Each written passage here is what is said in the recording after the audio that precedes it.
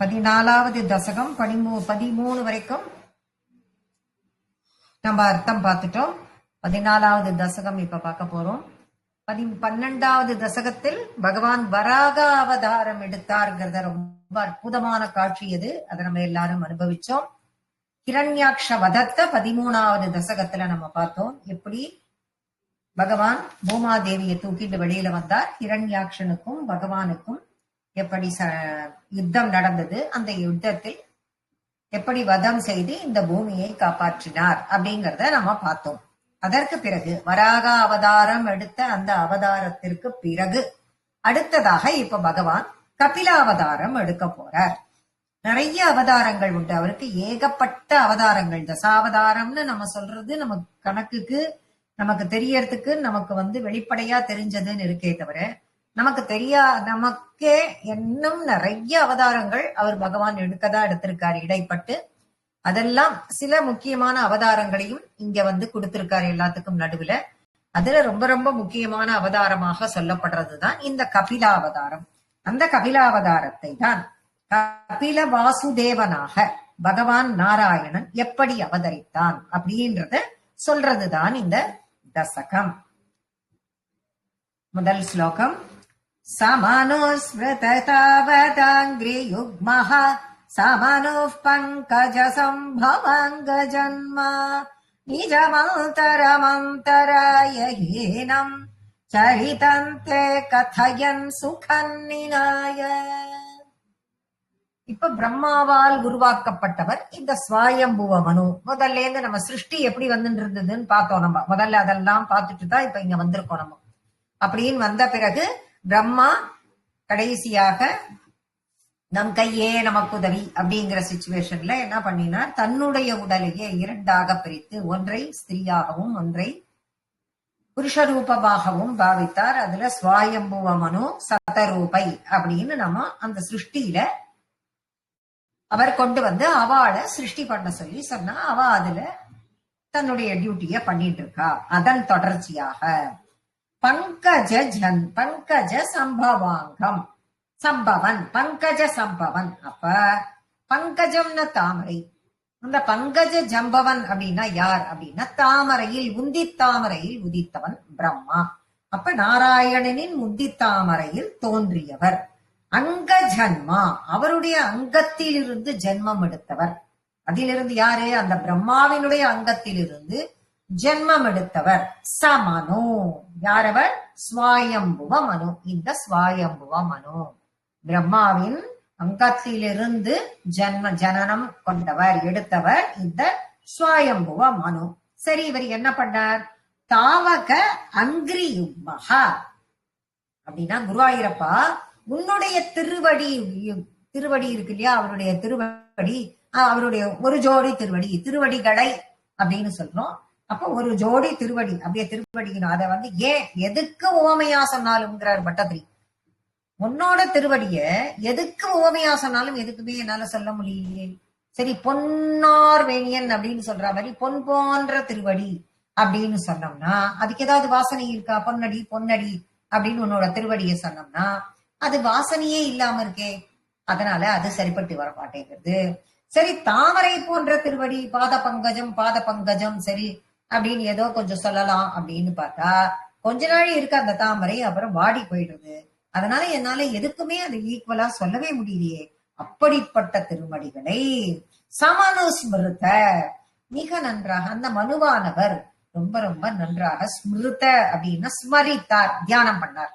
அந்த மனுவானவர் உன்னுடைய திருவடிகளையே குருவாயூரப்பா தியானம் பண்ணார். அதுக்கப்புறம் சரிதம் தே கதையன், அதுக்கு பின்னாடி குருவாயூரப்பா உன்னுடைய சரித்திரங்களை, சரித்தம் உன்னுடைய சரித்திரங்களை குருவாயூரப்பா கதையன், உன்னுடைய சரித்திரங்கள், உன்னுடைய லீலைகள், உன்னுடைய லீலா வினோதங்கள் அதெல்லாம் கேட்டார். கேட்டதோட இல்லாம அனுபவிச்சார். அப்ப ஸ்மரிச்சார்னாலே என்ன அர்த்தம், கதையை முதல்ல சிரவணம் பண்ணணும். சிரவணம் பண்ண பிறகு அதை மனசுல திரும்ப திரும்ப திரும்ப மாடு அசை போடுற மாதிரி திரும்பி திரும்பி நினைக்கணும். நினைச்சு அதை அனுபவிக்கணும். இதையெல்லாம் எப்பொழுதும் அனுபவிச்சு சொல்லிண்டு நிஜமந்தரம் அப்படின்னாக்க தன்னுடைய மன்வந்தரம் என்னும் ஆட்சி காலத்தில் அவர் தன்னுடைய மன்வந்தரம் என்று சொல்லக்கூடிய அவருடைய ஆட்சி காலத்தை அந்தராய ஹீனம், ஹீனம்னாக்க அந்தராய ஹீனம் அப்படின்னா தடைகளே எதுவும் இல்லாமல் சுகம் நினாய ரொம்ப சுகமாக ஸ்வயம்புவ மனு கழிச்சுட்டு வந்தாரே. இப்ப ஸ்வயம்புவ மனு தான் இப்ப சிருஷ்டிலேயே கரெக்டா தன்னுடைய லைஃப எப்படி பிரம்மா சொன்னாரோ அதன்படி தன்னுடைய லைஃப அவரு கரெக்டா ஸ்வயம்புவ மனு பண்ணிட்டு வரார். அப்போ பிரம்மா என்ன சொன்னார்? பிரம்மாவால உருவாக்கப்பட்ட அவர் பகவானின் உந்தித்தாமரையில் இருந்து உதித்த அந்த பிரம்மாவினுடைய அங்கத்திலிருந்து ஜனனம் எடுத்த இந்த ஸ்வயம்புவ மனு குருவாயூரப்பா உன்னுடைய திருவடிகளை தியானம் செய்து அதை ஸ்மரித்து அதையே அது முன்னுடைய லீலா வினோதங்களை எல்லாம் எப்பவும் சொல்லிண்டே கேட்டுண்டே அனுபவிச்சுண்டே தன்னுடைய மன்மந்திரமான ஆட்சி காலத்தில் தடையே எதுவும் இல்லாமல் சுகமாக தன்னுடைய வாழ்நாட்களை கழித்துண்டு வந்தார் அப்படின்னு சொல்லிட்டு முதல் ஸ்லோகத்தில் சொல்லப்படுகிறது. அவருடைய மன்மந்திரம் அப்படின்னு சொல்லப்படுகிறது. வைவஸ்வத மன்மந்திரம் பூராவும் ஒருவித இடையூறும் இல்லாமல் அவர் கழித்தார் அப்படின்னு சொல்றார். இந்த இடத்துல இரண்டாவது ஸ்லோகத்துல என்ன சொல்றாருன்னு பார்ப்போம். சாயே கலு தத்ர கர்தமாக்யஹ த்ருஹிணஸ்சாய பவஸ்ததீய வாச திருத சர்கரசோ நிசர்கரம்யம் பகவன் ஸ்வாமயுதம் சமசிஷவே. தத்ர அப்படின்னா அந்த சமயே கலு, அந்த சமயத்தில், சமயே கலு தத்ர அப்படின்னா தத்ர சமயே கலு அப்படின்னு எடுத்துட்டோம்னா அந்த சமயத்தில், எந்த சமயத்தில்?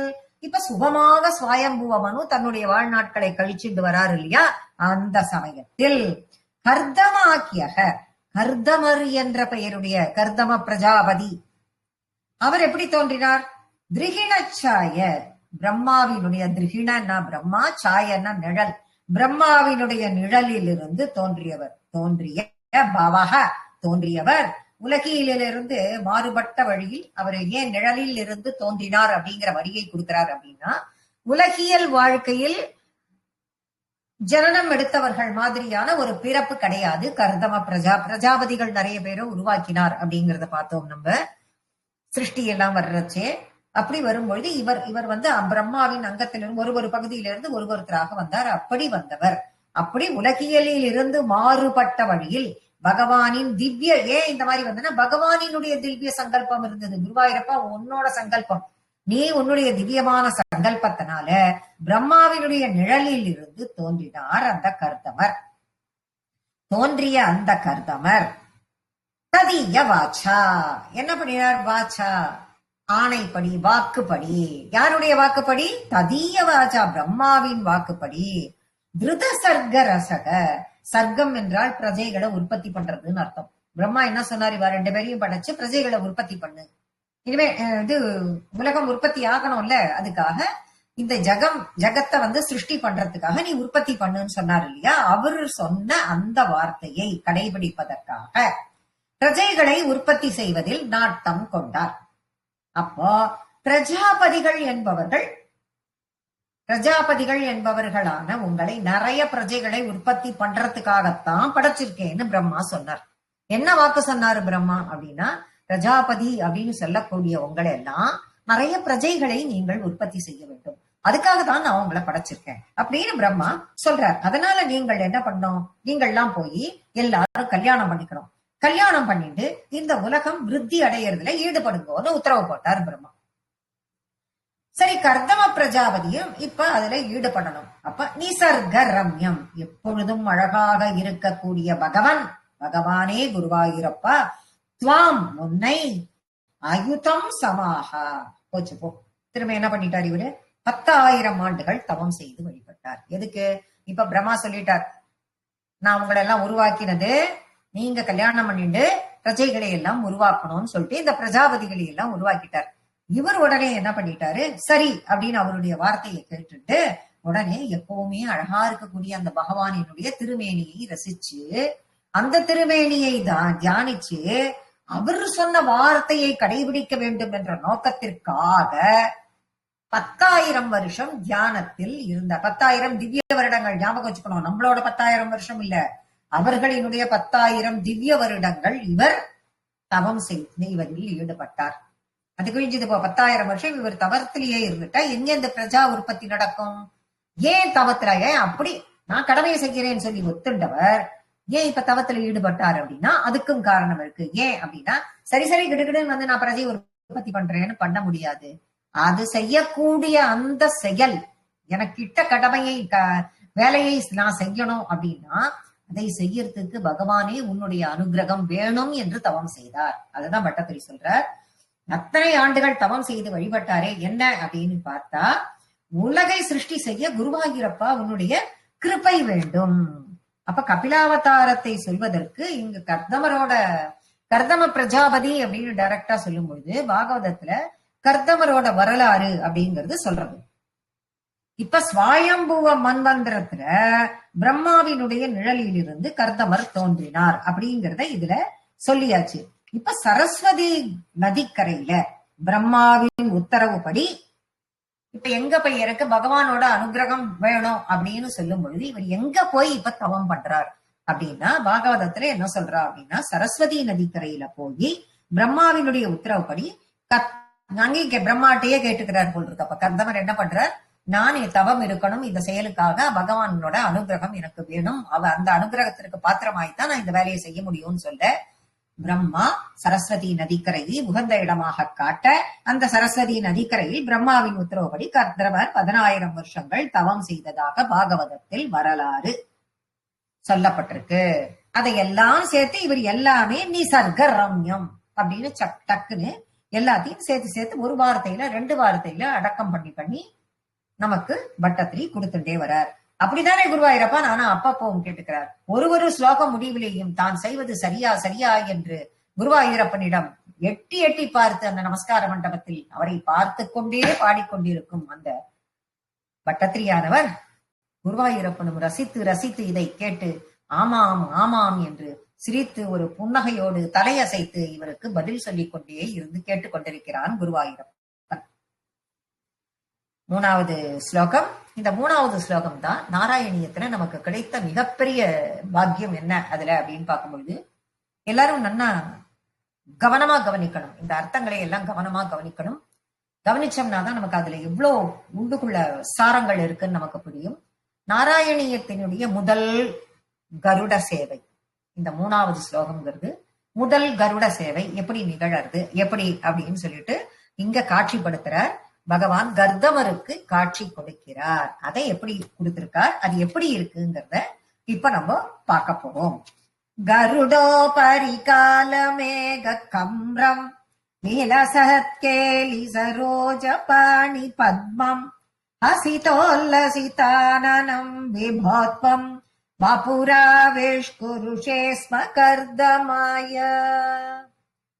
இப்ப கருடோபரி காலமேக கம் கருட உபரி அப்படின்னு பிரிக்கணும். கருடோபரி அப்படிங்கறது அப்ப கருடனின் மேல கருடனுக்கு மேல காலமேகம்னா கருத்த மேகம். கருடனுக்கு மேல ஒரு கருத்த மேகம் போல ரொம்ப அழகு மிக்கவனாக ஒரு கார்முகில் போல. இத திருமங்கையாழ்வார் தான் தமிழ்ல ரொம்ப அழகா பாடியிருப்பார். எப்படின்னா ஒரு தங்க மலைக்கு மேல அழகாக ஒரு கார்முகில் இருக்கு. யாரு? கருடன் வந்து தங்க மலையாம். அதுக்கு மேல நீல வர்ண சியாமள வர்ணனா பகவான் உட்கார்ந்து இருக்கார் ஒரு கார் முகில் மாதிரி. அது எப்பேற்பட்ட ஒரு காட்சி! திருமங்கை ஆழ்வார் அப்படி ரசிக்கிறார் பகவான. அந்த மாதிரி இருக்கிறவர்.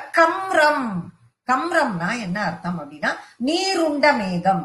வெறும் காலமேகம் அப்படின்னா வெறும் கருமேகம் அப்படின்னு மட்டும் வெறும் சொல்ல முடியாது.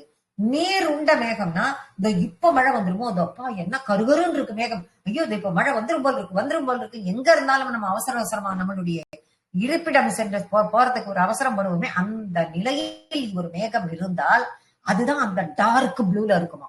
அந்த டார்க் ப்ளூ கலர் அந்த மாதிரியான ஒரு அழகு அவ்வளோ அழகாக இருக்கும். விலசத்கேலி அந்த அப்படி இருக்கக்கூடிய அது விலசத்கேலி சரோஜ அப்படின்னா என்ன அப்படின்னா பகவானே குருவாயூரப்பா உன் திருக்கையில இருக்கே அந்த தாமரை, அந்த திருக்கை இருக்கே உன் திருக்கையில இருக்கே அந்த தாமரையின் நாளம் இருக்கே அதோட தண்டு, அந்த தண்டு பகுதி இருக்கே அது எங்க இருக்கு? இப்படி இல்ல, இப்படி ரசிக்கிறார் பட்டத்திரி. உன் திருக்கையில ஒரு தாமரை இருக்கே குருவாயூரப்பா, அதை பார்த்துட்டே இருக்கச்சே அதோட தண்டு இருக்கே நாளம், அது எங்க இருக்கு தெரியுமா? அது அப்படியே போய் எங்க இருக்கு அப்படின்னு பார்த்தா உன் காலை பிடிச்சிட்டு இருக்கு, உன் திருவடியில இருக்கு. எப்பேற்பட்ட காட்சி! அப்படி ஒளி வீசின்னு இருக்கு. அப்படி ஒளி வீசி கொண்டிருக்கிற விலசத் கேலி, விலசத் கேலின்னு விளையாடுறது, ஒளி வீசுகின்ற லீலைக்காக தாமரையை நீ கையில வச்சுட்டு இருக்கிய குருவாயூரப்பா, அதுவே என்ன அழகு! நீ கையில தான் தாமரையை வச்சுட்டு இருக்கேன்னு பார்த்தேன், உன் கையே ஒரு தாமரை. அப்படி கொண்டு ரசிக்கிற உன் கைய பாணி பத்மம் அப்படிங்கிற வார்த்தையை என்ன போடுறாரு. பாணி அப்படின்னா கை, சாரங்க பாணி, சக்கரபாணி அப்படின்னா சக்கரத்தை கையில் ஏந்தியதால் சக்கரபாணி, சார்ங்கத்தை கையில் ஏந்தியதால் சார்ங்கபாணி நம்ம சொல்றோம். பாணின்னா கை. அப்போ உன் கையே பாணி பத்மம், உன் கையில தாமரப்பூ இருக்குன்னு பார்த்தா அந்த தாமரப்பூ என உன் கையே பத்மம் குருவாயிரப்பான்ட்டார்.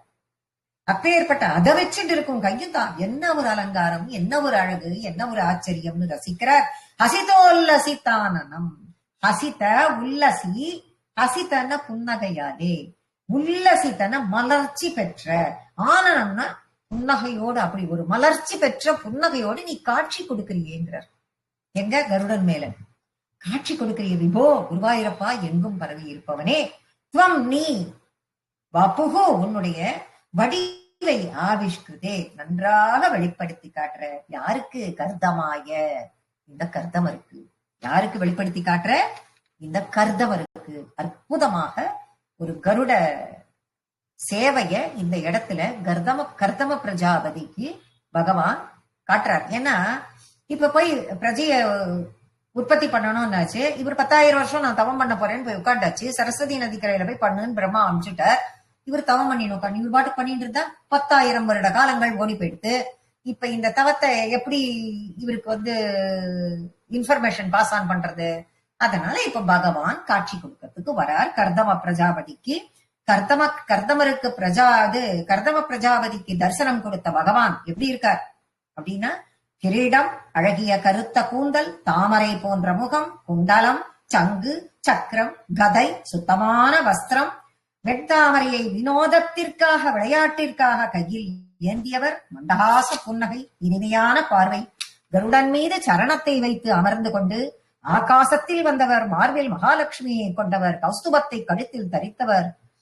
அப்படிப்பட்ட அழகுள்ள பகவத் ஸ்வரூபத்தை கண்டதும் கர்தமர் பூமியில அப்படியே விழுந்து நமஸ்கரித்தார். அப்படி ஒரு காட்சி அவருக்கு கிடைத்தது. அவர் நினைத்த அவருடைய மன ஆசை, அவருடைய மனசுல பகவானை எப்படி தரிசிக்கணும்னு அவர் நினைச்சாரோ அது அவருக்கு பூர்த்தியானது.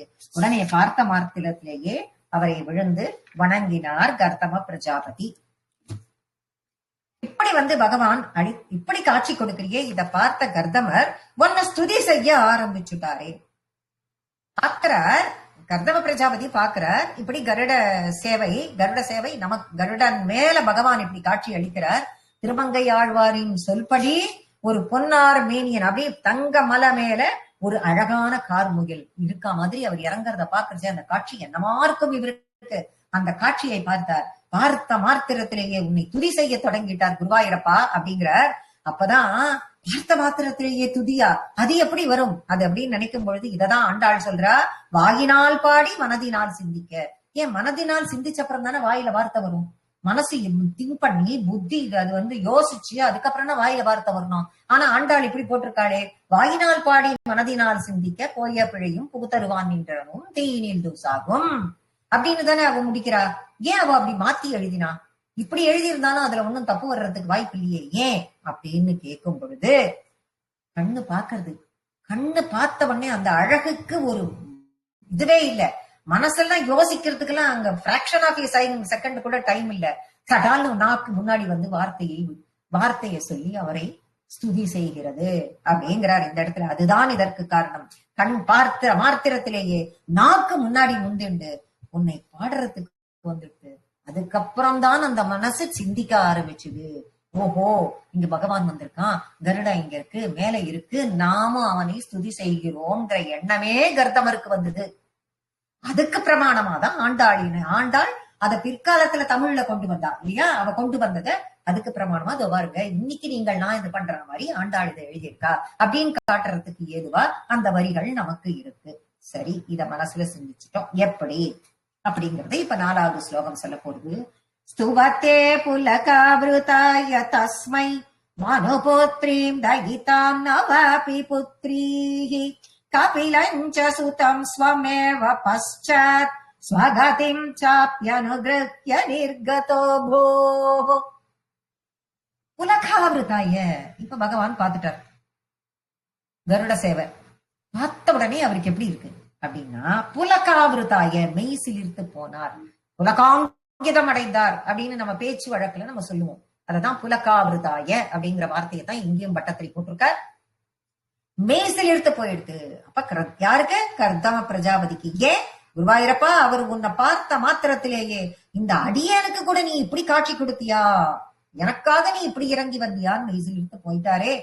உடனே ஸ்துவத்தே, உடனே அவர் உன்னை தஸ்மை, ஸ்துவத்தே தஸ்மை, உன்னை துதித்தாரே. அப்போ ஒரு பிரார்த்தனையும் பண்ணாராம். துதித்த உடனே ஒரு பிரார்த்தனை பண்ணார். என்ன பிரார்த்தனை? பிரம்மா என்ன படைச்சு பிரஜைகளை உற்பத்தி பண்ண. இப்ப யாரு? கர்தம பிரஜாபதி பகவான் கிட்ட பேசுறதாக இப்ப பட்டத்திரி சொல்றார். பிரம்மா என்ன படைச்சார், படைச்சிட்டு பிரஜைகளை உற்பத்தி பண்ண சொன்னார். அந்த கடமையை நான் பண்றேன், நான் ஏத்துட்டேன். அதை பண்ணாலும் எதுக்காக இப்ப என்ன கேட்கிறாருன்றத நீங்க ஆழமா புரிஞ்சுக்கணும். நான் அந்த கடமையை பண்றேன், அதுல இருந்து நான் தவற மாட்டேன். ஆனால் அதை நான் செய்தாலும் உலகியல் வாழ்க்கையில் நான் மூழ்கிவிடக் கூடாது, நான் உன்னை மறந்தே போகக்கூடாது, உன்னையே நினைச்சு உன் திருவடியில நான் கடைசியில வந்து சேரணும் அப்படின்னு கர்தம பிரஜாபதி சொல்றார். அதுக்கு அதோட இல்ல, சேரணும்னு ஆர்டரா போடாம அதுக்கு நீ எனக்கு அனுகிரகம் பண்ணணும், அதுக்கு நீ எனக்கு அனுகிரகம் பண்ணணும், நீதான் எனக்கு வழிகாட்டணும்னு சொல்லி வேண்டிக்கிறார். அப்படி வேண்டிய கர்தம பிரஜாபதிக்கு நீ வரம் கொடுத்த குருவாயிரப்பான்றார் இங்க பட்டத்திரி. அப்படி அவரு வேண்டின்றார், அவருதான் அப்படி வேண்டிக்கிறாரேன்னு பார்த்தேன். நீ அவருக்கு வரம் கொடுத்தப்பார், அது அதை விட மேல அப்படின்னு சொல்லி எப்பேற்பட்ட வரம், என்ன வரம்ங்கிறத இப்ப நம்ம பார்க்க போறோம். அடுத்த 3 லைன்ல தான் அதை சொல்லப்படுறது. மனுபுத்ரீம் தயிதா, நம்பர் 1 முதல் வரம் என்னமா கொடுக்கிறார்? ஸ்வயம்புவ மனுவின் மகளாகிய. யாரு ஸ்வயம்புவ மனு? முன்னாடியே பிரம்மா தன்னை இதுவாக்கி ஸ்வயம்புவ மனு சதரூபைன்னு 2 பேரையும் இது பண்ணாரே, அவர்களினுடைய மகளாகிய, அவளுடைய அவளுக்கு குழந்தைகள்லாம் இருக்கா இல்லையா, அவர்களினுடைய மகளாகிய, அந்த மகளாகிய யார்? தயிதாம் அப்படின்னு சொல்லக்கூடிய அவள் தேவகூதி என்ற பெண். தேவகூதி என்ற பெண் தயிதாம் உனக்கு மனைவியாக வருவாள், உனக்கு மனைவியாக வருவாள். அவள் எப்பேற்பட்டவள்? தர்ம சிந்தனை உள்ளவள். அவள் தந்தையே உன்னை, அதுவும் எப்படி, ஐயோ அவ எங்க இருக்காளோ தெரியலையே, நீ பாட்டுக்கு நீ சொல்லிட்டியே, நான் எங்க போய் தேடுவேன்னு இவர் நினைக்கவே இல்லை. இவர்தான் என்ன சிந்திக்கவே எதுவும் ஆரம்பிக்கலையே. இவருக்கு மனசுலயே எதுவும் பார்த்தவர் பார்த்தபடி தானே ஸ்துதி பண்ணவர் பண்ணபடி பண்ணிட்டு கேட்கிறார். கேட்ட மாத்திரத்தில் இவர் சொல்கிறார், நீ கவலையே படாது, உனக்கு நான் வரம் கொடுக்கிறேன். சுவாயம்புவ மனுவின் மகளான தேவகூதி உனக்கு மனைவியாக வருவாள். எப்படி வருவா? நாம எப்படி தேடிட்டு போறதுன்னு நாம நினைக்கிறதுக்கு முன்னாடி பகவானே அதுக்கும் பதிலை சொல்கிறார். அவள் தந்தையே உன்னை தேடி வந்து உனக்கு கொடுப்பார் பொண்ணுன்னு சொல்லிடுறாரு. அப்ப முதல் வரம் அவராகவே, இவர் எதுவுமே கேட்கல, எனக்கு நான் இந்த மாதிரி பண்ணணும், எனக்கு நீ அனுகிரகம் பண்ணணும் தான் கேட்டிருக்கார். அதுக்கு இவர் முதல்ல சொன்னது, சுவயம்புவமனு தன்னுடைய மகளான தேவகூதியை உனக்கு மனைவியாக அவரே கொண்டு வந்து கொடுப்பார். சரி, 2வது நவாபி புத்ரீஹி. 2வது வரமாக என்னன்னா நவாபி புத்ரீஹினா, நவ அப்படின்னா 9, நவன புதுசுன்னு ஒரு அர்த்தமும் இருக்கு, அது எடுத்துக்கூடாது. நவ அப்படின்னா 9, உனக்கு 9 பெண் குழந்தைகள் பிறக்க நான் அனுகிரகம் பண்றேன். பெண் குழந்தைகள் பிறப்பார்கள், உனக்கு 9 பெண் குழந்தைகள் பிறக்கிறதுக்கும் நான் அனுகிரகம் பண்றேன். அப்போ 2வது வரம் 9 பெண் குழந்தைகள். 3வதாக கபிலச்ச சுதம், கபிலச்ச சுதம் 9 மகளுக்கு பிறகு உனக்கு மகனாக. குருவாயிரப்பா நீயே வந்து பிறக்கிறேன்னு சொல்லிட்ட அப்படின்னு பட்டத்திரி அப்படியே பிரமிச்சு போய் பார்க்கிறார். ஸ்வமேவ பశ్చాத், அந்த 9 மகள்களுக்கு பிறகு நானே வந்து பிறக்கிறேன் நீ சொல்றியே அப்படின்னு பிரமிச்சு போய் நிற்கிறார். எப்படி வந்து பிறக்கிறாராம்? கபில வாசுதேவனாக நானே வந்து பிறக்கிறேன் அப்படின்னு சொல்லி 3வது வரத்தையும் கொடுக்கிறார். நான்காவதாக இன்னொரு வரமும் கொடுக்கிறார். பశ్చాத்து அதன் பிறகு ஸ்வகதிம் சாப்பிய ஸ்வகதிம் அதற்கு பிறகு என்னுடைய இருப்பிடமான ஸ்வகதிம் தன்னுடைய இருப்பிடம். ஸ்வகதிம் யாருடைய இருப்பிடம்? பகவான் தான் இப்ப பேசிட்டு இருக்க. அவருடைய குருவாயூரப்பா உன்னுடைய இருப்பிடம்னு நீ சொல்ற. குருவாயூரப்பன் இருக்கக்கூடிய இடமான அந்த வைகுண்டத்தில் நீ என்னையே அடைவாயின்னு கொடுக்கிறார் அப்படின்னு சொல்லிட்டு அதை என்னமா சொல்றாரு அப்படின்னா அனுகிரகிய, அத அனுகிரகமாக சொன்னாய் நீ, அவருக்கு அனுகிரகம் பண்ண நீ. இந்த மாதிரி எல்லாம் என்ன அனுகிரகம்? மனுவினுடைய புத்திரியான தேவகூதியை உனக்கு திருமணம் செய்து வைக்கிறேன். திருமணம் அவளோடு நடக்கும். தானாகவே அவர் பெண் கொடுப்பாள். அவளுடன் உனக்கு 9 பெண்கள் பிறப்பார்கள். அதற்கு பிறகு கபில வாசுதேவனாக நானே உனக்கு மகனாக பிறப்பேன். அதற்கு பிறகு நீ என்னுடைய இடமான வைகுண்டத்தை அடைவாயின்னு நீ அவனுக்கு அனுகிரகம் பண்ணியே. நிர்கதக போ, பின்னாடி நீ என்ன பண்ண? திடீர்னு மறைஞ்சிட்ட, அந்தர்த்தியாயமை ஆயிட்டியே குருவாயூரப்பான்னு அப்படியே பிரமிச்சு போய் நிக்கிறார். குருவாயூரப்பா திடீர்னு என்ன, நான் பார்த்துட்டே இருக்க மாதிரி இருக்கு, நீ அவர்கிட்ட பேசிட்டு இருக்க, இதெல்லாம் சொல்லிட்டு இருக்க, திடீர்னு உன்னை காணுமே அப்படின்னா குள்ளமா இத்தனோண்டு அங்க நின்றுட்டு இருக்கார். இத்தனோண்டு இவ்வளோண்டு அடி குட்டி பையனா நின்று சிரிக்கிறார் குருவாயூரப்பன் பட்டதிரிய பார்த்து. பிரம்மாவின் புத்திரனும் அரசனும் என்ன சொல்ல வரார் அப்படின்னா, அரசனும் சத்கர்மங்களை செய்கிறவருமான 7 யார்? இந்த ஸ்வயம்புவ மனு பிறப்பிச்ச உடனே அவர் என்னவா இருந்தார்? இத்தனை குழந்தைகள் எல்லாம் பிறந்தா இதுவா இருந்தா அவரே வருவார், எப்படி வருவார்? அவர் என்னவாக இருந்தார் அந்த ஸ்வயம்புவ மனு அப்படின்னு பார்த்தா, அவர் 7 சமுத்திரங்களுக்கு உட்பட்ட பூமியை ஆண்டவராக இருந்தார். 7 சமுத்திரங்கள், 7 கடல் அப்படின்னு சொல்றோம்ல, அந்த சமுத்திரத்திற்கு உட்பட்ட பூமியை ஆளக்கூடிய ராஜ ரிஷியாக அவர் இருந்தார். அந்த மனு அவருடைய பட்டமகிழ்ச்சி, அவருக்கு பட்டமகிழ்ச்சி அவருடைய வைஃப் தானே சதரூபை. சதரூபையோட தினம் பார்க்கணும்னு சொல்லிட்டு நாளைக்கு மறுதினம் வருவார். யார் சொல்றார் இவர்கிட்ட? யார்கிட்ட? கர்தமர் கிட்ட பகவான் குருவாயூரப்பன் பகவான் சொல்றார், குருவாயூரப்பன் சொல்றார், நாளைக்கு மறுதினம் உங்களை பார்க்கறதுக்கு அவர் வருவார். அவரு கூட கருப்பா விழி இருக்கும், கருவண்டு போன்ற விழியை கொண்டவளும், ரொம்ப யமனத்தோட, நல்ல சுபாவம் கொண்ட, அழகிய குணங்களோட, பர்த்தாவை அடைய வேண்டி ஆவல் கொண்ட, தனக்கு ஒரு நல்ல பர்த்தா கிடைக்க வேண்டும், நல்ல கணவன் கிடைக்க வேண்டும் என்ற ஆவலோடு தன் பெண்ணான தேவகூதியை கூப்பிட்டு தங்களுக்கு கொடுக்கறதுக்காக உங்ககிட்ட அவர் வரப்போறார் அப்படிங்கிற இன்ஃபர்மேஷனை இப்ப பகவான் கொடுத்தாச்சு. இதற்கு பிறகு அவ வந்தாளா, என்னாச்சு அப்படிங்கறத அடுத்த ஸ்லோகத்துல நம்ம பார்க்கலாம். சமனோஷதரூபயா மகிஷ்யா குணவத்யா சுதயா ச தேவகூத்யா பவதீரித நாரதோபதிஷ்டः சமகாத் கர்தமமாகதி பிரதீக்ஷம்.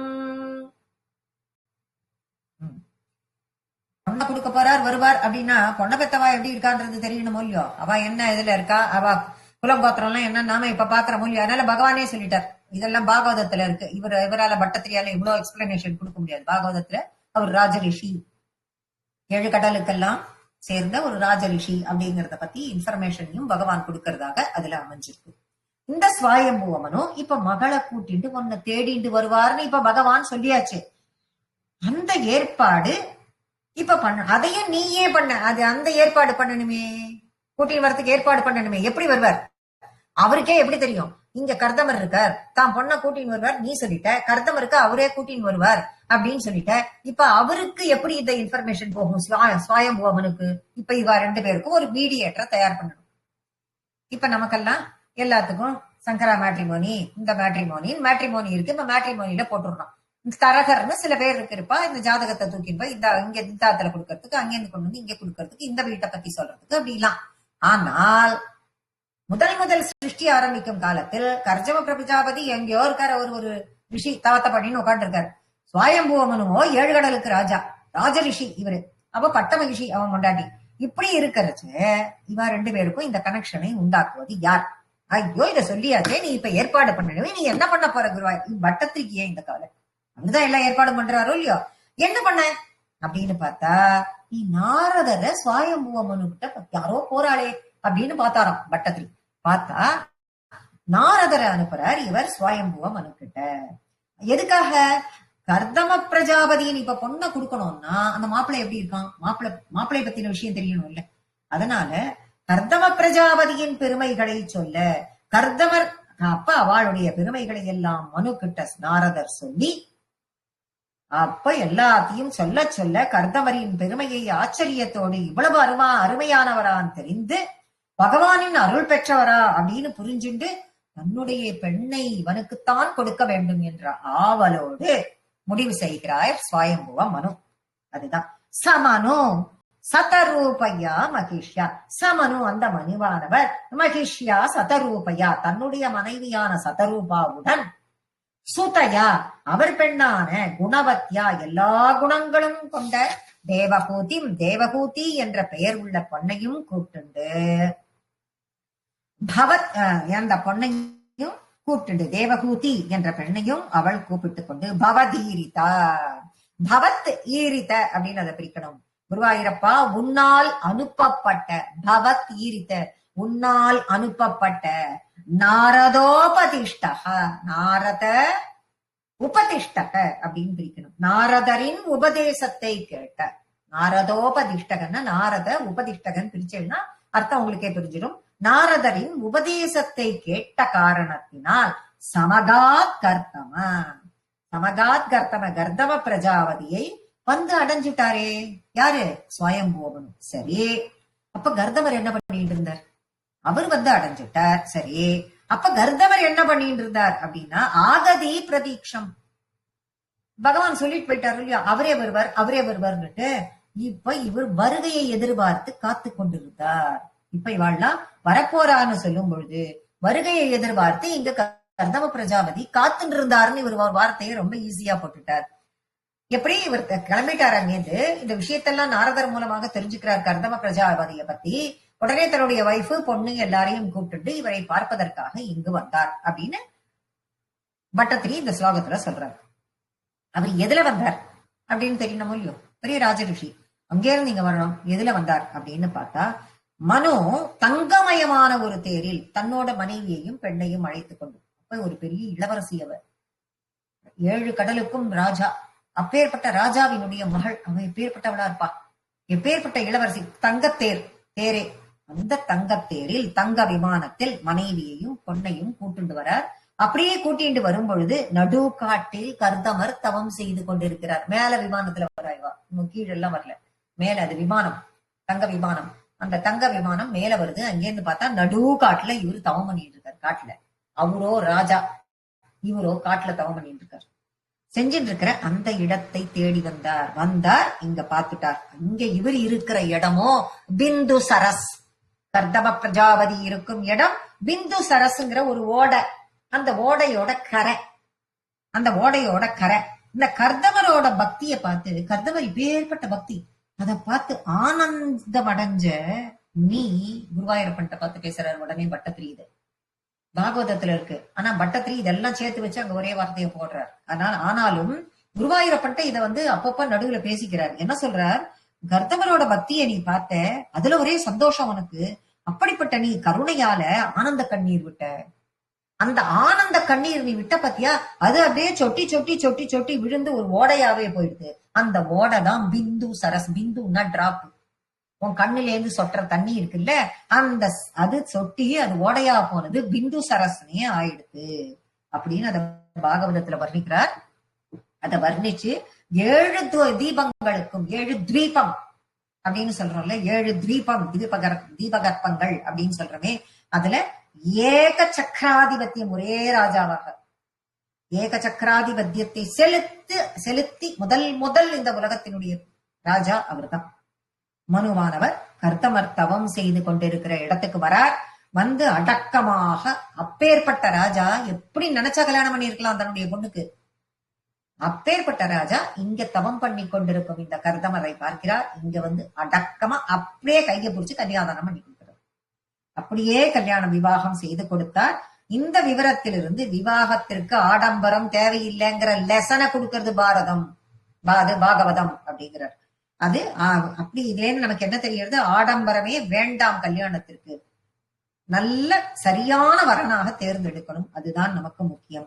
மந்திரம் தான் நமக்கு முக்கியம், வைதீக காரியங்கள் தான் நமக்கு முக்கியம், ஆடம்பரம் முக்கியம் இல்லை என்ற கருத்து இதுல பாகவதம் நமக்கு இந்த இடத்துல தெளிய வைக்கிறது. அப்போ ஒழுக்கம், சாஸ்திர பயிற்சி, அழகு, யவ்வனம் எல்லா குணங்களையும் நாரதர் சொல்ல கேட்டேன். நாரதர் வந்துதானே சொல்றார் கர்தம பிரஜாபதியை பத்தி. அப்போ உங்களோட ஒழுக்கம், உங்களுடைய சாஸ்திர பயிற்சி, உங்களுடைய அழகு, உங்களுடைய யவ்வனம், இந்த குணங்களை எல்லாம் நாரதர் சொல்ல எல்லாத்தையும் மனு கிட்டதான் சொல்றார். மனு சொல்றதையெல்லாம் தேவகூதி கேட்டு இவர்தான் தனக்கு கணவர் என்று அவள் தன் மனதில் அவனை கணவனாக வரித்து அவனை நிச்சயித்திருக்கிறாள். அப்புறம் பின்னாடி எல்லாம் சொல்லப்படுகிறது, அலங்கார பூஷிதியா அஸ்வின் வரார் மனு தேவகூதிய. அஸ்வின் இப்படி அலங்கார பூஷிதியா, நீ இளவரசியா இருக்க, நானும் இப்படி காட்டுல தெரிஞ்சுட்டு இந்த மாதிரி இருக்கேன், என்ன கல்யாணம் பண்ணிக்கிறதுக்கு உனக்கு சம்மதமான்னு கேட்கிறார் கர்தம பிரஜாபதி. அவள் இதெல்லாம் வெளி வேஷம் தான், இதெல்லாம் ஒன்றும் கிடையாது, எனக்கு சம்மதம்னு சொல்லி தேவகூதி வருவதாக ஒரு சொல்லாடையும் இருக்கு இதுல பின்னாடி. எதுவுமே அப்படியே அப்பா கம்பல் பண்ணி இவருக்கு கல்யாணம் பண்ணி கொடுத்தா அப்படிங்கறதெல்லாம் இல்லை. அப்படிங்கிறதுக்கு ஒரு இதுவும் நிகழ்ச்சிகளும் அதுல கூடவே வந்துட்டே இருக்கு. அப்பேற்பட்ட ஒரு நிலையை எதிர்பார்த்து காத்து இருந்தவர் இருக்கார். அவரும் இவாளும் அங்கு சேர்க்கிறார்கள் அப்படிங்கறத 5வது ஸ்லோகத்துல பட்டத்திரி முடிச்சிருக்கார். 6வது ஸ்லோகம், மனுனோபஹிதாஞ்ச தேவகோதிம் தருணீரத்னமவாப்ய கர்தமோசௌ பவதர்ச்சன நிர்வృతோபி தஸ்யாம் திருடசுஸ்ரோஷணயா ததௌ பிரசாதம். இப்ப அவர்களுக்கு கல்யாணம் ஆயிடுது. அததான் பாகவதத்துல சொன்னான்னு சொல்லி சொன்னோம் நம்ம. அதன்படி கல்யாணம் ஆயிடுத்து. அதற்கு பிறகு எப்படி வாழ்ந்தார்னு இப்ப பட்டத்திரி சொல்றார். மனுனாம் உபகிருதாஞ்ச, மனுவால் கன்னிகாதானம் செய்து கொடுக்கப்பட்ட தேவகூதியானவள் தருணி ரத்னம். தேவகூதி என்ற அந்த தருணி ரத்னம் அப்படின்னா விலையுயர்ந்த ரத்னம். ரத்னம்னா ரத்னம்னு தெரியும். தருணி ரத்னம் அப்படின்னா ஒரு விலையுயர்ந்த ரத்னத்தை அசௌ கர்தம, இந்த கர்தம பிரஜாபதி அவாப்பிய மனம் புரிந்து கொண்டு பவத் அர்ச்சனை எப்படி வாழ்ந்தார் பவத் அர்ச்சனை எப்படி வாழ்ந்தார்? குருவாயூரப்பா, பவத் அர்ச்சனை உன்னை பூஜிப்பதிலேயே, உனக்கு அர்ச்சனை செய். அர்ச்சனைன்னா பூஜை பண்றது. உன்னை பூஜிப்பதிலேயே நிர்வృతக மொழி திருப்தி அடைந்தவராக நீண்ட காலம் ஈடுபட்டு இருந்தார். கல்யாணம் பண்ணிட்டு குருவாயூரப்பனுக்கு தான் உட்காந்து நாராயணன், ஸ்ரீமன் நாராயணனுக்கு தான் உட்காந்துட்டு பூஜை பண்ணிட்டு இருக்காரு. இவர் பண்ற பூஜைக்கெல்லாம் அவளும் பொண்ணுதானே.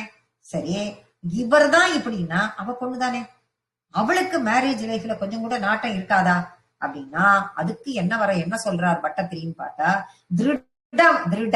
திடமாக சுஸ்ரூஷணையா, அவருக்கு, யாருக்கு? கர்தம பிரஜாபதிக்கு, அவர் செய்யும் பகவத் ஆராதனைக்கு சிஸ்ரூஷணையா கைங்கரியம் பண்ணி கொண்டு இருந்தாள். திடமாக, அதையும் முன்னாடி ஒரு வார்த்தையை போடுறார். கைங்கரியம் பண்ணி கொண்டு இருக்காளே, இதை பார்த்த பின் அவளிடம் ததௌ பிரசாதம், மகிழ்ச்சி அடைந்தார், பிரீத்தி அடைந்த கர்தமர் இவ்வளவு சந்தோஷம் அடைந்தார். ததௌ பிரசாதம், அப்படி சந்தோஷம் அடைஞ்சவர் ஒரு நாள் தேவகூதி கிட்ட கேட்டாராம். கேட்டு, என்னம்மா என்ன கல்யாணம் பண்ணின்னு வந்துட்ட, இத்தனை நாள் ஆச்சு, நான் பாட்டுக்கு ஏதோ பூஜை பண்றேன்னு பண்ணிட்டு இருக்கேன், நீ பாட்டுக்கு ஏதோ கைங்கரியம் பண்ற, எனக்கு இது வேணும், இந்த டயத்துக்கு இது வேணும், இந்த டயத்துக்கு இந்த பூஜைக்கு இது வேணும், அது வேணும், சந்தனம் அரைச்சு கொடுக்கணும், பூ பறிச்சு கொடுக்கணும், பாத்திரம் தேய்ச்சி வைக்கணும், பலன்னு இது பண்ணணும், சுவாமிக்கு அலங்காரம் பண்ணணும், எல்லாத்தையும் நீ பண்ணிட்டு இருக்க, எல்லா கைங்கரியமும் எனக்கு பண்ணிட்டு இருக்க. ஆனா உனக்கு இல்வாழ்க்கைன்னு ஒண்ணு இருக்கு. கல்யாணம் பண்ணிட்டு இத்தனை நாளா இப்படியே போயிடுத்தேன்னு எனக்கும் இதெல்லாம் எதுவுமே தோணவே இல்லை. உனக்கும் இளமை காலம் எல்லாம் போயிடுது, எனக்கும் தோலெல்லாம் சுருங்கி போயிடுது. அந்த அவ்வளவு நாட்கள் அப்படி புரிஞ்சுக்கணும் நீங்க. அவர் கேட்கிற கேள்வியினுடைய அர்த்தம் என்ன புரிஞ்சுக்கணும்னா, ஒரு நாள் 2 நாள் அல்ல, அவருக்கும் முதுமை தோலெல்லாம் சுருங்கி போயிடுது, அவளுடைய இளமையும் போயிடுது. உனக்கு இதனால ஏதாவது ஏமாத்தமா இருக்கான்னு ஒரு கேள்வி கேட்கிறார் தேவகூதியை பார்த்து. அப்போ வயசானப்புறம் கேட்கிறார். ஆனா தேவகூதி என்ன பதில் சொன்னாலாம்? சுவாமி, அப்படி பகவத் பக்தியில ஈடுபடும் உங்களுக்கு கைங்கரியம் பண்றதுதான் எனக்கு பிரீத்தி அப்படின்னு சொல்லி அவள் பதில் சொல்ல, கர்தமர் இந்த பதிலில் சந்தோஷப்பட்ட கர்தமர், மகிழ்ச்சி அடைந்த அந்த கர்தமர், இல்ல உனக்கு நான் செய்ய தவறியது. கர்தமரப்பா அதுக்கு பதில் சொல்றார், நான் உனக்கு செய்ய தவறினேன், அது மட்டும் நான் செய்ய தவறியதும் அது இல்வாழ்க்கைக்கு உனக்கு நான் உனக்கு வழி காண்பித்து இருக்க வேண்டும். அதோட இல்லாம எனக்கு பிரம்மாவின் கட்டளையும் அந்த கடமையும் ஒண்ணு எனக்கு இருக்கு அப்படிங்கறதும் சொல்லி அதை செய்ய, அதுதான் என்னுடைய வேலை அப்படின்னு, அந்த வேலை அப்படிங்கறத அவர் தன்னுடைய வேலையாகவும் தன்னுடைய கடமை அது அப்படிங்கறதையும் இந்த இடத்தில் தேவகூதிக்கு அவர் சொல்றார். அப்படி ஓய்வற்ற பணிவிடை, கொஞ்சம் கூட பணிவிட பண்றா, கைங்கரியம் பண்றான்னா ஓய்வுங்கிறதே கொஞ்சம் கூட கிடையாது. அப்படி ஒரு பணிவிடை, அப்படி இருந்த மனைவிக்கு அனுகிரகம் பண்ணார் அப்படின்னு தான் பட்டத்திரி இங்க சொல்றார். யாரு அனுகிரகமே கர்தம பிரஜாபதி பண்ணார். அப்போ எவ்வளவு வைராக்கியம் இருந்தா இந்த சிசுரூஷையை எவ்வளவு வைராக்கியத்தோட பகவான் மட்டுமேன்றது இப்படி ஒரு கைங்கரியம் சிசுரூஷை பண்ணும் பொழுது அவர்களை வசீகரிக்கிறது இந்த செயல் அப்படிங்கிறது புரியுது. இந்த இடத்தில் கன்னிகாதானம் பண்ணி கொடுத்துட்டு அவ போனவாதான் இங்க என்ன நடக்கிறதுங்கிறது அதுவும் தெரியாது. பதிவிரத்தை தேவகூதி கணவனின் இங்கிதம் அறிந்து தினமும் அவளுக்கு பணிவிடை செய்தாள். இந்த பணிவிடையானது யாருக்கு பண்ண மாதிரி இருந்தது அப்படின்னா, பிரபுவான பரமேஸ்வரனுக்கு பவானியான பார்வதி பண்ணினா மாதிரி இருந்தது அப்படின்னு இந்த இடத்துல அவளையும் இந்த இடத்துல கோட் பண்றார். இது பாகவதத்துல இருக்கு அப்படின்னு சொல்லப்படுகிறது. இப்ப இவர் சொன்னாரோ இல்லையோ, இல்ல நான் உன்னை ஏமாத்தக்கூடாது, உனக்கு இல்வாழ்க்கையினுடைய விழியாழ்க்கைனா என்னங்கிறதையும் நான் தெளிவுபடுத்தணும். அடுத்தது பிரம்மாவுக்கு நான் கொடுத்த வாக்கு கொடுத்ததை நான் மீறக்கூடாது அப்படிங்கிறதையும் சொல்லியிருக்கார். அதன் பிறகு அவர் என்ன சொல்ல வரார், என்ன அதன் அடுத்த செயல் என்ன அப்படிங்கிறது 7வது ஸ்லோகம். சபுனஸ்த்வதுபாசன பிரபாவாத் தயித காம கிருதே விமானே வனிதா குல சங்குலோ நவாத்மா யகரத்தேவபதேஷு தேவகூத்ய. சபுனஹ அந்த கர்தமர் அதன் பின் உபாசன குருவாயூரப்பா உன்னை வணங்கியதின் பிரபாவாத் பலனால தபோபலத்தால தயிதா காம கிருதே மனைவியின் எல்லா விருப்பங்களையும் நிறைவேற்றக்கூடிய, இப்ப எல்லா விருப்பங்களையும் மனைவிதான் தனக்கு எந்த விருப்பமுமே இல்ல, உனக்கு கைங்கரியம் பண்றதுதானே என்னோட விருப்பம்னு சொல்லிட்டு சொன்னான்னா எங்கே இந்த இது வருது அப்படின்னா, இத பாகவதத்துல என்ன சொல்றா அப்படின்னா, அளவு கடந்த வருஷம் தேவகூதி பண்ணி இவெல்லாம் 2 பேரையும் அரச குமாரியவ உன்னுடைய சிறந்த தேகத்தையே இழந்துட்ட, நீ அதை பொருட்படுத்த மெலிஞ்சு போயிட்டாலாம். அப்படி கொடுக்குறா பாகவதத்துல. அப்பேற்பட்ட ராஜகுமாரி அவ எப்படி என்னென்னலாம் சாப்பிட்டு வாழ்ந்திருப்போம், பாலும் பழமும் பாதாம் பருப்பும் முந்திரி பருப்பும் சாப்பிட்டு அங்க இருந்துதான் அந்த காலத்துல நீ என்ன கேள்விக்க கூடாது.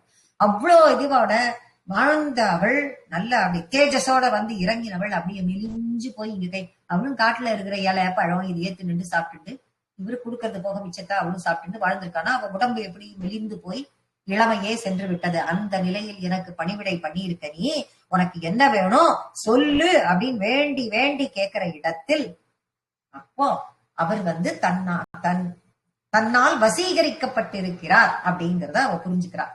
அந்த நேரத்துல அவ கேட்கிறாளாம், திரும்பி திரும்பி இவர் கேட்கிறப்போ தேவகூதி கேட்டாள், ஒன்னே ஒண்ணு, எனக்கு நான் இருக்கிறதுக்காக ஒரு கிரகத்தை சிருஷ்டிச்சு கொடுங்கோ.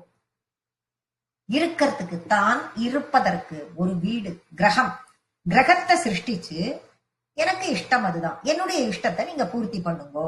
அப்ப அவள் கேட்டது அதுதான் இங்க சொல்ற, மனைவியின் எல்லா விருப்பங்களையும் நிறைவேற்ற அவளுக்கு இருக்கிறது தனக்கென்று ஒரு கிரகம் அப்படின்னு ஒண்ணே அந்த விருப்பத்தை காம கிருதே காமம்னா விருப்பு, அவளுடைய ஆசை என்ன அப்படின்னா கிரகம், அதை நிறைவேற்றுவதற்காக வீடு கேட்டானா அவர் இருக்கிற அந்த ஓடை பக்கத்துல எல்லாம் ஒன்னும் வீடு கட்டி தரல.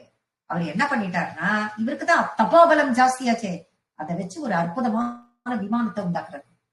என்னத ஒரு பெரிய விமானத்தை உண்டாக்கும் பொழுது பின்னர் வனிதா குல சங்குலோ நவாத்மா, அந்த விமானம் மட்டும்தான் இருந்ததா அப்படின்னா, அந்த விமானம்ங்கிற அந்த கிரகத்துல 2 பேர் மட்டும் இருந்தா அது சரியா வருமா அப்படின்னு பார்த்தா, வனிதா குல அதுல பல பல பெண்கள், வனிதானா பெண்கள், பல பல பெண்கள் இவாளுக்கு பணிவிடை செய்யறதுக்கு, யாருக்கு இவளுக்கு பணிவிடை செய்யறதுக்காக பலவிட பணியாளர்கள், சங்குல பணியாளர்களால் சூழப்பட்டு இருந்தாள்.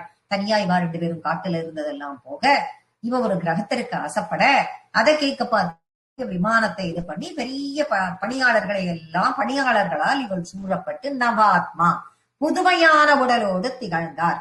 அப்போ புதுமையான உடல் அப்படின்னா என்ன, எங்கே இருந்து வந்தது அப்படின்னு பார்த்தால், இததான் காம கிருத்தேன்னு அவர் சொல்லிட்டாருல்ல, அனுபவிக்கிறதுக்கு வீட்டை கேட்டா அப்படின்னு சொல்லும் பொழுது கர்த்தமரோ நினைச்சபடி நினைச்ச இடத்துக்கு போறதுக்கு அப்படின்னு இதுல கொடுக்கிறா பாகவதத்துல. ஒரு திவ்யமான விமானத்தை அங்க ஏற்பாடு பண்றார். மேலும் அந்த விமானம் கேட்ட பொருள் எல்லாம் கொடுக்கும், சர்வ ரத்னங்கள் இருக்கும், அதுல ரத்னமயமான தூண்கள். எப்படி இருக்கு அந்த விமானம்னு ஒரு அப்படியே டிஸ்கிரைப் பண்றார். விசித்திரமான செடி கொடி, நானாவித புஷ்பங்கள் இருக்கு, இனிமையா சப்தம் பண்ற வண்டுகள் இருக்கு, பறவைகள் இருக்கு, அங்க மாலைகள் இருக்கு, வெல்வெட்டு, அப்படியே வெல்வெட்டு நடக்கிற மாதிரி கால் வைக்கிறதுக்கு அப்படி ஒரு காட்டிலையும் மேட்டிலையும் நடந்தவளுக்கு நானா வஸ்திரம், புதுசு புதுசு புதுசா புடவை அப்படி இருக்கு. மெத்த, கட்டிலு, ஆசனம் எல்லாம் அழகு வாய்ந்ததா. எல்லாத்தினுடைய சித்திரங்கள்லாம் அங்க படமெல்லாம் வரைஞ்சு அதெல்லாம் இருக்கு. அதோட இல்லாம நிறைய பொருட்கள்லாம் இருக்கு. இவ்வளவு சிறப்பு வாய்ந்த ஒரு விமானம். இதெல்லாம் ஒரு சந்தோஷத்தை, இவ்வளோ திறமை அவர் அவர் பண்ண பக்தி, பூஜை, தியானம் அதனுடைய பலனாக கர்தவருக்கு ஏற்பட்டதுதான் பதுபாசன பிரபாவாத்னு ஒரே வார்த்தையில இது கொடுக்கிறார். குருவாயூரப்பனை பார்த்து உங்களை உபாசித்ததன் பலனால் அவருக்கு இவ்வளவும் கிடைச்சது அப்படின்னு சொல்லிட்டு சொல்றார். அதோட இல்லாம ஆயிரக்கணக்கான வித்யாதர ஸ்திரீகள் தேவகூதிக்கு பணிவிடை செய்யறதுக்கு வந்தா. இத பாகவதத்துல தேவகூதிக்கு வயது முதிர்ந்து போச்சுன்னு சொன்ன ஒரு வார்த்தை அவர் சொல்றார். அது ஞாபகம் இருக்கா? வயது முதிர்ந்து போயிடுத்துன்னு எண்ணி வருத்தப்பட்டா. இத பார்த்த கர்தமர், சரி நீ ரொம்ப இஷ்டப்பட்ட இந்த வீடு உனக்கு கிடைச்சிருக்கு, நீ இஷ்டப்பட்ட மாதிரி உன்னுடைய பழைய உடல் உனக்கு கிடைக்கிறதுக்கு இந்த பிந்து சரஸ் இருக்கோ இல்லையோ அதுல ஒரு தடவை இறங்கி குளிச்சுட்டு வா அப்படின்னு சொல்லிட்டு சொல்லும் பொழுது பிந்து சரத்தில் இறங்கி அவ தியானம் பண்ணி எழுந்திருக்கும் பொழுது அப்படியே அந்த பழைய யவ்வனத்தோட அதே ஆடை அலங்காரங்களோட எல்லோரும் வந்தா. அதுக்குள்ளேந்துதான் இந்த 1000 வித்யாதர ஸ்திரீகள் வந்தாங்கிறார். முதல்ல இந்த வித்யாதர ஸ்திரீகள் எல்லாம் இல்ல, அந்த விமானம் வந்துடுத்து பிந்து சரஸ்ல இவ முக்கி எழுந்திருக்கிறா. எழுந்திருக்கும் போது அதே யவனம் கூடவே 1000 வித்யாதர ஸ்திரீகள் பணிவிடை செய்வதற்காக. இதை பார்த்து அஞ்சலி செய்து அவருக்கு நமஸ்காரம் பண்றா. எல்லாத்தையும் பண்ணிட்டு அப்புறம் அவ தாம் மனசுல நினைச்சாளாம் தேவகூதி. அத சொல்றாரு இந்த இடத்துல பாகவதத்துல. வாய திறந்து எதுவுமே சொல்லல, அவ கேட்டது ஒரு கிரகம் மட்டும்தான். ஆனா இப்ப மனசுல என்ன நினைக்கிறா, தனக்கு யவனம் வந்துடுத்து, ஆனா எதிர்க்க தன்னை கல்யாணம் பண்ணின்றவன் தோல் சுருங்கி கொண்டு இப்படி வயதான கலையில இருக்கானே நினைத்த மாத்திரத்திலேயே இவன் நினைக்கிறது என்னன்னு கர்தவருக்கு புரியுது. அவரும் அதே பிந்து சரசில் முக்கி எழுந்துக்கிறார். குளிச்சு அவர் நிமிர்ந்து எழுந்திருக்கும் போது அவனும் யவ்வனனாக காட்சியளித்தார். இப்ப 2 பேரும் அந்த விமானத்துல நவாத்மா அப்படிங்கிற வார்த்தை இது முழுமையையும் அடக்கியதாக காணப்படுகிறது. இப்ப வைஸ்ரம்பகம், சுரசனம், நந்தவனம், புஷ்பபத்ரகம், மானசம், சைத்திரரத்யம் அப்படின்னு தேவர்களினுடைய உத்தியான், தேவர்கள் தோட்டத்துல இருக்கக்கூடிய அந்த தேவலோகத்துல இருக்கக்கூடிய அத்தனை வனங்களும் இங்க இருக்கு. எல்லாத்தோடையும் தேவகூதியோட கர்தமர் சஞ்சரிக்கிறார். அவர் எப்படியெல்லாம் சஞ்சரிக்கிறார், எப்படியெல்லாம் அவர் வாழ்கிறார் அப்படின்னு சொல்லிட்டு பாகவதத்துல விஸ்தாரமா கொடுத்திருக்கா அப்படின்னு பாகவதத்துல சொல்லப்படுறது. அதிலேந்து சில வார்த்தைகள், சில இது மட்டும்தான் நான் உங்களுக்கு சொல்லியிருக்கேன். அப்படி வனிதா குல சங்குலோ, அப்படிப்பட்ட பணிப்பெண்களால் சூழப்பட்டு நவாத்மா புதுமையான உடலோடு திகழ்ந்தார். இளமையோட 2 பேரும் இருந்த அந்த நேரத்தில் இளமையோடு 2 பேரும் இருந்தா. வியஹரத் தேவபதேஷு தேவகூத்தியா, தேவபதேஷு தேவர்கள் சஞ்சரிக்க கூடிய அந்த மாதிரி அப்படி தேவர்கள்லாம் சஞ்சரிக்கக்கூடிய உத்தியானில் தேவகூத்தியோடு கர்தம பிரஜாபதி சஞ்சரித்தார் அப்படின்னு சொல்லிட்டு 7வது ஸ்லோகம் முடிகிறது. அதற்கு பிறகு 8வது ஸ்லோகத்துல என்ன சொல்ல வரார்? சதவர்ஷமதவ்யதீத்ய சோயம் நவகன்யா சமவாப்ய தன்ய ரூபாஹ வனயான சமோத்யதோபி காந்தாஹித கிருத்வஜ்ஜனனோத்சுகோன்யவாசீத். சரி, இப்படி இவா இந்த விமானத்துல போனாலே இவ்வளவு விமானத்தினுடைய இதை எக்ஸ்பிளைன் பண்ணியாச்சு, டிஸ்கிரைப் பண்ணியாச்சு. எப்பேற்பட்ட விமானம், இவாளும் நவாத்மாவா இருக்கா. அப்படி செல்லக்கூடிய இவர்கள் இப்ப இவ 2 பேர் மட்டும் எல்லா கன்னிகைகள் இவாளுக்கு சிசுருஷ பண்ண. இத்தனை பேரோட இவா போனா, இத்தனை தோட்டங்கள் இருந்தது, இதுல இவா என்ஜாய் பண்ணா. எத்தனை வருஷங்கள், எவ்வளவு நாட்கள்? சதவர்ஷம் அப்படின்னா அப்படியே எவ்வளவு நாள் போனா 100 வருடங்கள். சதம்னா 100 உங்க எல்லாருக்கும் தெரியும். 100 வருஷம் இப்படியே கழிஞ்சு போச்சு. திரும்ப அவளோட வருஷம். சக அயம், இப்படி இளமை தோற்றத்தோடு 100 வருடங்களை கழித்த கர்த்தவர் நவகன்யாக 9 பெண்களை தன்ய ரூபாக, அவ எப்படி இருந்தா அழகான ரூபத்தோடு, அவ்வளவு யவனத்தோடு, அவ்வளவு புத்திசாலிகளாக, இவ இருவருக்கும் பிறக்கிற குழந்தைகள் எப்படி இருக்க போறா, புத்திசாலிகளாக அவர்கள் சமவாப்பிய அவர்களை பெற்றெடுத்தார். இப்ப அவ்வளவு புத்தியான் 9 விதமான தோட்டங்கள் அங்கு சொல்லப்படுகிறது. அந்த இதுக்குள்ள அத்தனை தோட்டத்திலும் அவர்கள் உல்லாசமாக இருந்தார்கள், சஞ்சரித்தார்கள் அப்படின்லாம் சொல்லப்பட்டு 100 வருட காலங்கள் அங்க இருக்கும் பொழுது 9 பெண் குழந்தைகள் பிறந்தார்கள். அதன் பின் வனமானச, அப்படின்னா காட்டுக்கு போகணும்னு அவருக்கு தோணிடுது. இப்ப அவர் என்ன பண்ணார், ஆரம்பத்துல வேண்டிட்டார் இல்லையா, வேண்டிட்ட உடனே வரம் கொடுத்தவர் என்ன சொன்னார், உனக்கு 9 பெண் குழந்தைகள், கடைசியில நான் என்ன பண்ணணும், நீ என்ன வந்து அடைவேன்னு சொல்லிட்டாரு இல்லையோ. உடனே இவருக்கு இப்ப இவ்வளவு நாள் கழிச்சு திரும்ப இவருக்கு கர்த்தமருக்கு காட்டுக்கு போகணும், வனமானச காட்டுக்கு போகணும் அப்படின்னு தோன்றது. வனமானசம் காட்டுக்கு போகணும் அப்படின்னு அவருக்கு தோணித்து, உத்தியதக அபி, அப்படி மனம் தயாரான நிலையில் அவர் உடனே போனாரா. காட்டுக்கு போகணும்னு மனசு தயாராச்சு, ஆனா அவர் உடனே போனாரா அப்படின்னா இல்ல. ஏன், காந்தா கிருத்தக்கிருத்து, ஏன் அப்படின்னா மனைவி ஒரு விஷயம் சொல்றா. இப்ப காட்டுக்கு போனோம் அப்படின்னு சொல்லிட்டு சொன்ன உடனே மனைவி ஒரு விஷயம் சொல்றா. என்ன சொல்றா அப்படின்னா, தேவகூதி கேக்குறா, இவ்வளவு நாள் நீ என்னமோ பூஜை பண்ண, என்னத்தையோ பண்ண, நான் உனக்கு கைங்கரியம் பண்ண, நம்ம 2 பேர் மட்டும்தான் இருக்கோம். இப்ப என்னாச்சு, 9 பெண் குழந்தைகள் பிறந்துட்டு. இப்ப இந்த 9 பெண் குழந்தைகளையும் நீ பாட்டுக்கு விட்டுட்டு நான் காட்டுக்கு போறேன் அப்படின்னு என்ன அர்த்தம்? இப்ப இந்த 9 பெண் குழந்தைகளையும் வளர்க்கணும், இவாளுக்கு தகுந்த வரங்களை எல்லாம் பார்க்கணும், இவாளை தக்கவர்கள் கிட்ட கைப்பிடிச்சு கொடுக்கணும், அது ஒரு பெரிய ஜாப் இருக்கு அப்படின்னு சொல்லிட்டு இவ சொல்ற. அதை உணர்த்த வேண்டியது ஒரு பெண்ணினுடைய, தாயாரினுடைய கடமைங்கிறது இந்த இடத்துல. அப்ப விருப்பத்தை பூர்த்தி செய்யறதுதான் இவருடைய கடமை அப்படின்னு பார்த்தா, 100 வருஷ காலம் அனுபவிச்சாச்சு, சகல போகங்களையும் அனுபவிச்சாச்சு, திவ்ய ரூபவதியான 9 பெண்கள் பிறந்தாச்சு. இப்ப நமக்கு அன்னிகைகளுக்கு விவாகமாக வேண்டுமேன்னு இப்ப கேக்குறா. நீ சந்நியாசம் வாங்கிட்டு போயிட்டா, இப்ப அடுத்த கொஸ்டின் போடுற, ஏன் மனசுல இருக்கிற சோகத்தை போக்கி தத்துவ உபதேசம் செய்ய ஒரு புத்திரன் எனக்கு வேணும். என் மனசுல சோகத்தை நீ இவ பொன் குழந்தைகளுக்கு எல்லாம் கல்யாணம் பண்ண அவவா போயிட போறா, நீயும் காட்டுக்கு சன்னியாசம் வாங்கிட்டு போயிட்டா, நான் தனியா இருப்பேன்.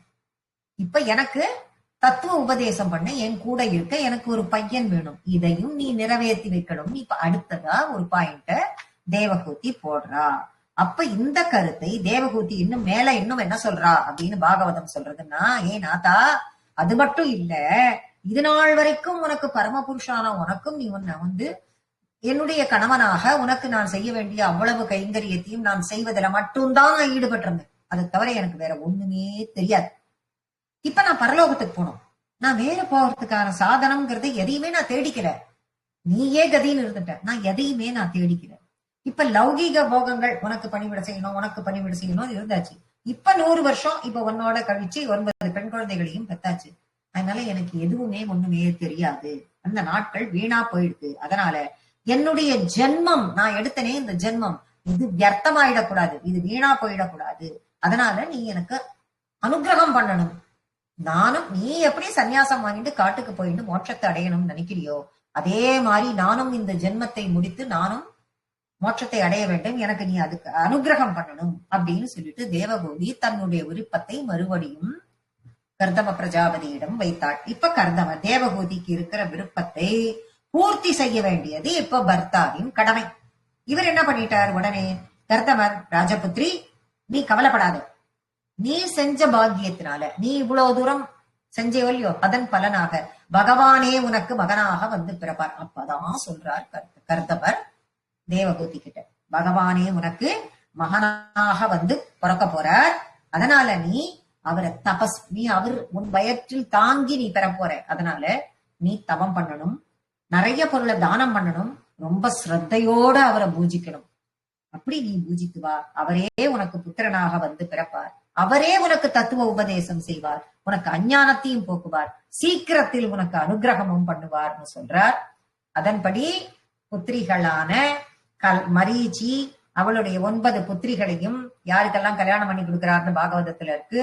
அது மரீச்சி, அத்ரி, அங்கீரசர், புலஸ்தியர், கிரது, புலகர், பிருகு, அதர்வா, வசிஷ்டர், எல்லா 9 பேருக்கும் தன்னுடைய 9 கன்னிகைகளையும் இந்த ரிஷிகளுக்கெல்லாம் கல்யாணம் பண்ணி கொடுப்பதாக பாகவதத்தில் இருக்கிறது. இவா எல்லாரையும் யகரத் இவர் பாட்டுக்கு சஞ்சரிச்சார். 100 வருஷம் இருந்தா இவாளுக்கு எல்லாம் அந்த 9 கன்னிகைகள் பிறந்தா. அதுக்கப்புறம் இவர் போனாரா அப்படின்னு கேட்டா போகல. அப்படின் போது அந்த கடமை இருக்கு அப்படின்னு அவர் எடுத்து சொன்னாலும் போது ஜனன உத்சுக, உன்னுடைய ஜனனம் உன்னுடைய அவதாரத்தை காண வேண்டும் என்ற ஆவலார். அப்ப உனக்கு பகவானே அவதரிப்பார்னு இப்ப சொல்லிட்டாரு இல்லையோ. இப்ப பகவான் அவளுடைய கர்ப்பத்தில் இருந்து அவதரிக்க போறார்னும் போது கர்தம பிரஜாபதிக்கு எப்படி இருக்கும்? பகவான் தனக்கு மகனாக பிறக்க போகிறார். பிறக்க போற பகவானே அந்த அவதாரம் கிடைக்க போறது. இப்ப அந்த அவதாரத்தை தரிசனம் பண்ணணும்ன்ற ஆசை கர்தமருக்கு இருக்குமா இருக்காதா? அதனால் உன்னை பார்க்க வேண்டும் என்ற ஆசையிலேயே, உன்னுடைய திரு அவதார நிகழ்ச்சியை கண்டு கழிக்க வேண்டும்ங்கிற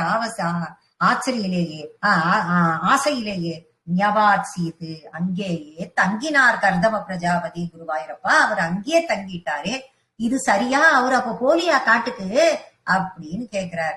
இல்ல, நீ சொல்றது சரின்னு பகவான் உள்ளிருந்து பதில் சொன்னான். 9வது ஸ்லோகம். நிஜபர்த்ருகிர பவ நிஷேவ நிரதாய மததேவ தேவகூத்யாம் கபிலஸ்த்வமஜாயதா ஜனானாம் பிரதயிஷ்யன் பரமாத்ம தத்வவிஷ்யாம். நிஜபர்த்ருகிரா, தன் கணவனுடைய சொல்படி, நிஜ பர்த்ருகிரா தன்னுடைய கணவனுடைய சொல்படி, பவத் நிஷேவா உன் வழிபாட்டிலேயே, அவரை தவம் பண்ணு, நீ பகவான் உனக்கு பிறப்பார்னு என்ன சொன்னாரோ அதன்படி உன் வழிபாட்டிலேயே நிரதாயாம் ஈடுபட்டு கொண்டு இருந்த தேவகூத்தியாம் தேவகூதி இடத்தில் அத தேவ உன் பின் தேவனான குருவாயூரப்பா நீ எப்படி அவதரிச்சு தெரியுமா? குருவாயூரப்பா நீ எப்படி அவதரிச்சு தெரியுமா? கபிலஹா கபிலவாசுதேவனாக அஜாயதா தோன்றினாயே, கபிலவாசுதேவனாக தோன்றினாயே. எதுக்கு? ஜனானாம் எல்லா ஜனங்களுக்கும் பரமாத்ம தத்துவ வித்யா பரமாத்மாவை பற்றின உண்மையான ஞானத்தை பிரதயிஷ்யன் பிரகாசமாக வெளிப்படுத்துவதற்காக தோன்றினாயே குருவாயூரப்பா. நான் சொல்றது சரியா? சரிதான் பட்ட தெரியுங்கிறார் அவர் உள்ளே இருந்து. அப்படி தன்னுடைய கணவன் என்ன சொன்னாரோ அதன்படி அவனுடைய வழிபாட்டிலேயே அவன் சொன்ன அந்த சொன்னபடி பகவானை பற்றி அவரை பற்றியே நினைத்து அவரை பற்றியே தவம் செய்து அவருக்கு வழிபாடு செய்து அதிலேயே ஈடுபட்டிருந்த தேவகூதி இடத்தில் அதன் பின் தேவனான குருவாயூரப்பா நீ அவதரிச்சே எப்படி தோன்றினாய் தெரியுமா? கபில வாசுதேவனாக தோன்றினாய். எதுக்கு தோன்றின தெரியுமா? இந்த ஜனங்களுக்கெல்லாம் பரமாத்ம தத்துவத்தை அற்புதமாக விளக்கணும்ன்றதுக்கு தோன்றினே குருவாயூரப்பான்னு சொல்லி மகிழ்ந்து நிக்கிறார். அந்த கபிலாவதாரம் தோன்றின அந்த நிகழ்ச்சி, அந்த அவதாரத்தை பார்த்த மாத்திரத்திலேயே கண்ணால ஜலம் கொட்டுறது. பட்டத்திரிக்கு பார்த்து பார்த்து ரசிச்சு ரசிச்சு பேசுறார். அப்படியே தேம்பருது, தேம்ப தேம்ப அங்கிருந்து பேசின்னு இருக்கார் குருவாயூரப்பனோட. வனமே யுஷி கர்தமே பிரசன்னே மத சர்வஸ்வமுபாதிஷஞ்சனன்யை கபிலாத்மக வாயுமாந்திரேஷ வரிதம் த்வம் பரிபாகி மாம் கதௌகாத். கர்தமே பிரசன்னே, குருவாயூரப்பா நீ கபிலனா அவதாரம் எடுத்தாயே கபில வாசுதேவனாகவே. அப்புறம் இந்த கர்தம பிரஜாபதி ரொம்ப மகிழ்ச்சியோட உன்ன பிரதட்சம். கர்தம பிரஜாபதின்னு அவருக்கு தெரியும், கர்தம பிரஜாபதிக்கு தெரியும் இவர் கபில வாசுதேவன். அப்படி பாக்கர்சிய ஒரு பிரகாசம், பாக்கர்சிய ஒரு ஒளி. கபில வாசுதேவனாக முதல்ல குழந்தையா தெரியறதே தவிர உள்ளுக்குள்ள இருக்கிறது யாருங்கிறது கர்தம பிரஜாபதிக்கு தெரியுது. உடனே பார்த்தார், விடுகிடன் வந்தார், பிரதட்சணம் பண்றார் உன்னுடைய அவதாரத்தை. கபில வாசுதேவனாக நீ இருக்கியே குழந்தையா குருவாயூரப்பா, ஒன்ன அவர் பிரதட்சணம் பண்றாரே. பிரதட்சணம் பண்ணி நமஸ்காரம் பண்ணிட்டு வனமே யுஷி திருப்பி ஆரம்பிச்சிட்டார். வனமே யுஷி காட்டுக்கு புறப்பட்டு போனாரே. அதன் பின் நீ வளர்ந்து பெரியவனாகி மத சர்வஸ்வம் உபாதி சஞ்சனன்யை, நீ வளர்ந்து பெரியவனாகி தனது மதத்தின் சித்தாந்தத்தை உபாதி சஞ்சனன்யை உந்தாயான தேவகூதிக்கு உபதேசம் செய்தாயே. ஏன்? அம்மாவின் விருப்பம் அதானே. ஏன் நான் ஒண்ணுமே இது பண்ணலையே, உனக்கு கைங்கரியம் பண்ணியே என்னுடைய நாள் எல்லாம் போயிடுத்தேன்னு சொல்லி கேட்டப்போ கபில வாசுதேவனாக பகவானே உனக்கு உபதேசம் பண்ணுவார்னு சொன்னாரோ கர்தம பிரஜாபதி.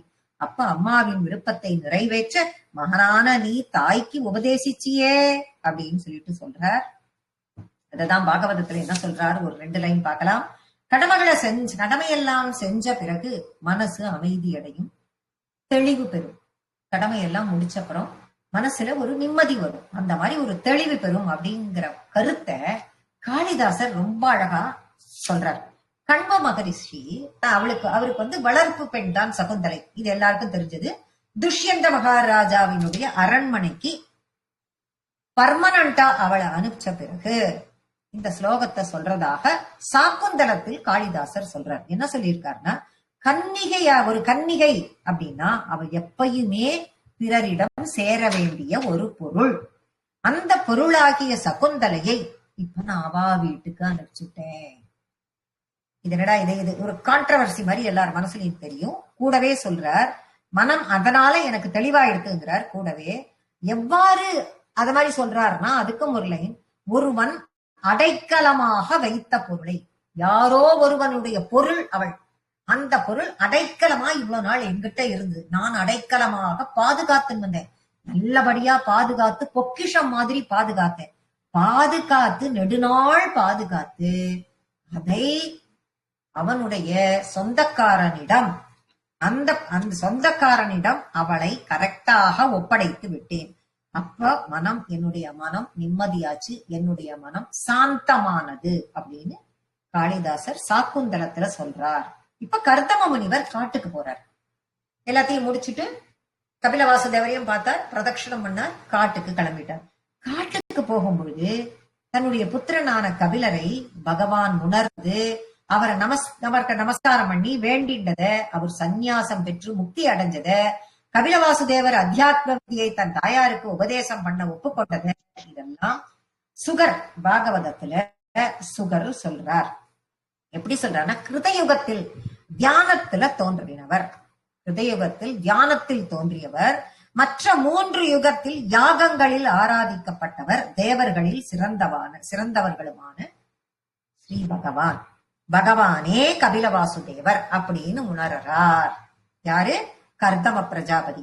இவர் கிளம்பும் போது அப்படியே குழந்தை பிறந்த உடனேயே இவர் போயிட்டாரான்னா அது இல்ல. ஆனா அததான் சொல்றா, இவர் கிளம்பும் போது கபில வாசுதேவரை கூப்பிடுறார். எங்க? காட்டுக்கு போகும்போது கூப்பிட்டு போய் தனியா காட்டுல ஒரு இடத்துக்கு கூட்டிட்டு போய் கர்தமர் திரும்பவும் அவர் அங்க நிக்க வச்சு பிரதட்சிணம் வந்து நமஸ்காரம் பண்ணி வேண்டிக்கிறார்.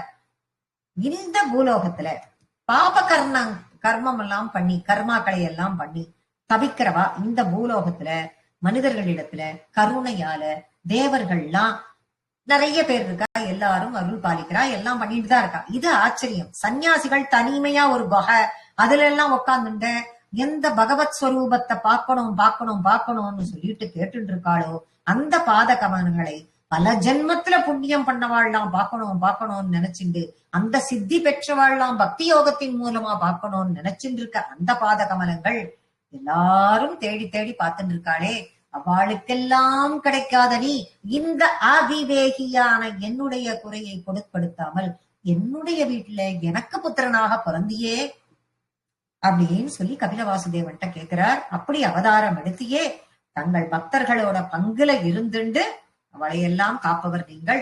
எங்கிட்ட நீங்க எனக்கு வாக்கு கொடுத்தீங்க, நான் உனக்கு மகனாக பிறப்பேன்னு எனக்கு வாக்கு கொடுத்தேளே, அந்த வாக்கை காப்பாத்தி என்னுடைய வீட்டில் நீங்க அவதாரம் பண்ணீங்கோ அப்படின்னு திரும்பவும் சுத்தி வந்து பிரதட்சிணம் பண்ணி எல்லாம் அறிந்த கபில வாசுதேவரான உன்னை நான் நமஸ்காரம் பண்றேன் வேண்டிண்டு சந்நியாசம் என்னும் நான் இப்ப சந்நியாசம் வாங்கிக்க போறேன், அந்த பயனை நான் அடையணும் அப்படின்னு சொல்லிட்டு கர்தவர் அதுக்கு நீங்க அனுகிரகம் பண்ணணும்னு கபில வாசுதேவரை கர்தவர் வேண்டிக் கொள்கிறார்.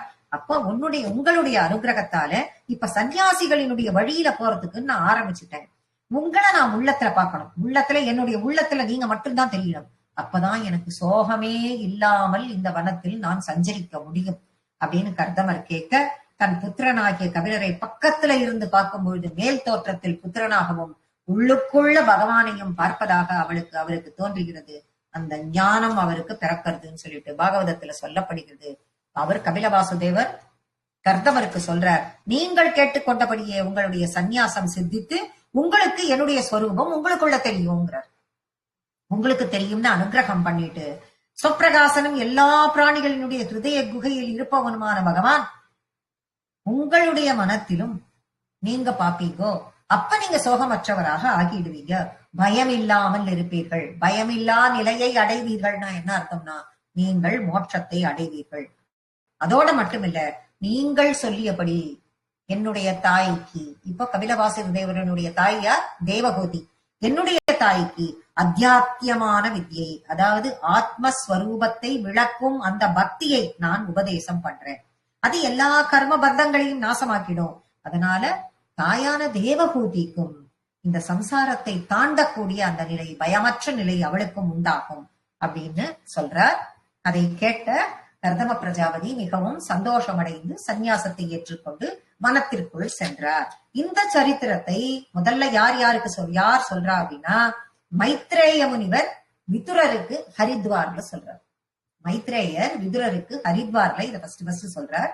அப்புறம் சுகர் பரீட்சித்து கங்கா தீரத்தில் சொல்றார் அப்படின்னு. அதற்கப்புறம் மைத்ரேயர் சொன்னது என்ன அப்படின்னா, கர்தமர் சந்நியாசத்தின் பயனை அடைஞ்சதா அவர் விவரிச்சிருக்கார்.